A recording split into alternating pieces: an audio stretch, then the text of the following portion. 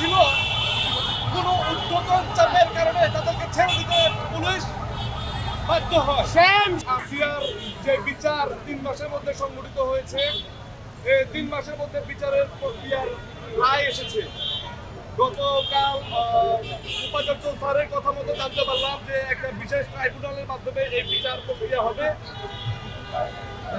আমরা অতি দ্রুত সময়ে সমূল এই বিচারের কার্যক্রম দেখতে চাই। আমার নাম সৈকত। আমরা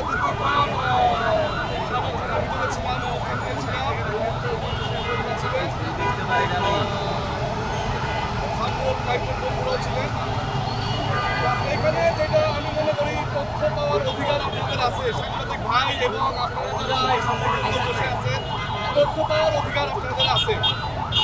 আমরা যেটা আশঙ্কা করতেছি যে ঘটনার সময় সংঘটিত হওয়ার পরপরই একজনকে গ্রেপ্তার করা হয়েছিল এবং পুলিশের হাতে সোপর্দ করা হয়েছিল। উপস্থিত জনতা রাত্রিবেলাতেই 2 জন ঘাতককে গ্রেপ্তার করেছিল।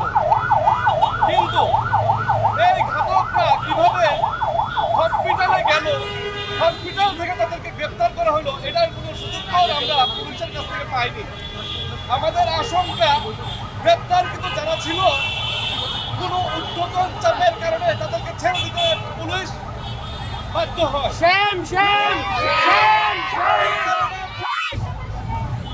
ধরার পরেও ছেড়ে দিল, এর উত্তর আমাদের জানতে হবে।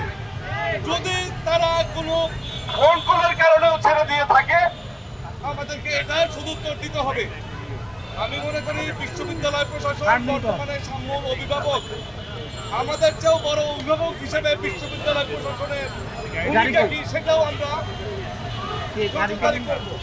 আপনারা আমাদের সাথে আছেন, সাংবাদিক ভাইরা, আপনাদের কাছে আমাদের অনুরোধ, আপনারা যদি এই ঘটনা নিয়ে বিচার পেতে খুব বেশি সমস্যা হওয়ার কথা না। আমরা দেখেছি আসিয়ার যে বিচার 3 মাসের মধ্যে সংগঠিত হয়েছে, এই 3 মাসের মধ্যে বিচারের প্রক্রিয়ার রায় এসেছে। গতকাল উপাচার্য স্যারের কথা মতো জানতে পারলাম যে একটা বিশেষ ট্রাইব্যুনালের মাধ্যমে এই বিচার প্রক্রিয়া হবে। আমরা অতি দ্রুত সময়ে সমূল এই বিচারের কার্যক্রম দেখতে চাই। আমরা চাই কোনো মিথ্যা ব্যক্তি, কোনো নিরাপরাধ ব্যক্তিকে যাতে ফাঁসানো না হয়। আমরা চাই কোনো রাজনৈতিক চাপের কারণে যাতে এই হত্যাকাণ্ডকে অন্যভাবে বলা না হয়। এখন কথা বলবেন